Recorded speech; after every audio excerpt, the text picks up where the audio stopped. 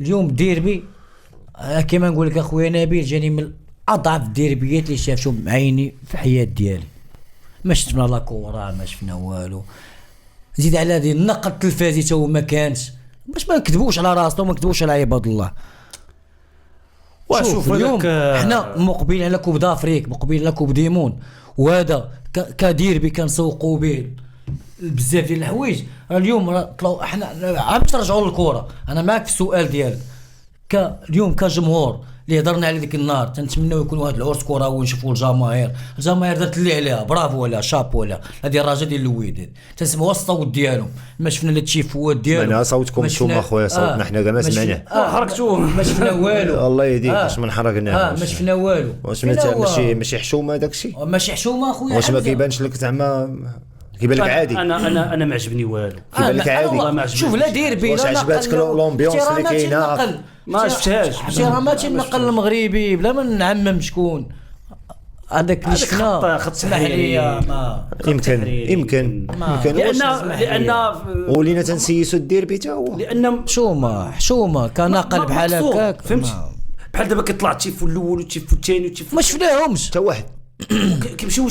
وكيمشيو للسيريات حنا تمشي لك تمشي لك البروتيج هو عارف وتمشي لك البروتيج ديال اللعاب. باش ندير البروتيج ديال اللعاب انا تجدني لعاب ما لعبش مريح بونتوش.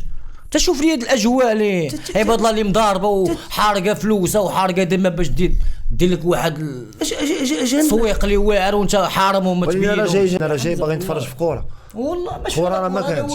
لا دوين عليها هي الاولى كانت في المدرجات يمكن. ولكن راه ما تنساوش بان الدور ديال لانه الجمهور حتى هو راه الترسيل بان حتى هو على الاداء ديال المباراه بجوج عمم ليا. واش كثر التوقفات اخويا نبيل؟ انا كندوي بعدا على الجمهور ديالي. انا في الاول هذاك الكراكاج اللي كان في الاول اخويا ضرني كثر ما نفعني اخويا نبيل لانني كنت شاد الماتش في الدقائق الاولى في 10 دقائق الاولى كنت شاد الماتش كنت اكثر تحكما في الماتش كنت اكثر رغبه وصلت للبوطو دو فوا.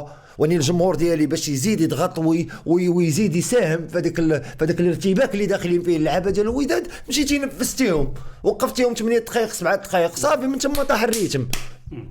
متفق معك. وي وهاد القضيه ما اليوم ما كانتش مخدومه مزيان اخويا نبيل ديال الوداد والطموحات وكميه اللاعبين والاداء والمستوى اللي بات به الفرقه في لي ديرنيا ماتش خلاو عندك واحد النوع ديال لا ديسيبسيون. فهمتيني اخويا نبيل؟ لانك انا كيف ما كان الحال اخويا نبيل على الورق اخويا نبيل بلا ما نتخباو كانت حظوظك اقوى من حظوظي انا اخويا نبيل. لا شتي على المستوى التركيبه البشريه لا ديناميك ديال الفرقه ايتو. ولكن كنا كنقولوا بان تاريخ الديربي كيتلعب على واحد الاشياء اخرى واحد العوامل النفسيه الا ما قدرتيش تجيريهم راه ما شفنا ني تكتيك ني فيزيك ني تكنيك ني مونطال. والله ما شفنا هذا لي كات بيليي ديال الكره فوندامونتال ديال الكره ما كاينينش. اخويا حمزه ديربي دازو بلا جمهور ودازو احسن من هكا. والله الا دازو حق الله بلا جمهور ودازو احسن من هكا. واحد الوقيته زعما وصلت دقيقه 80 وليتي كتحس باللعابه بحال كيقولوا لبعضياتهم صافي الدراري ما تماركي عليا ما نماركي عليك صافي. فهمتي اسمح لي واش راه عطيناهم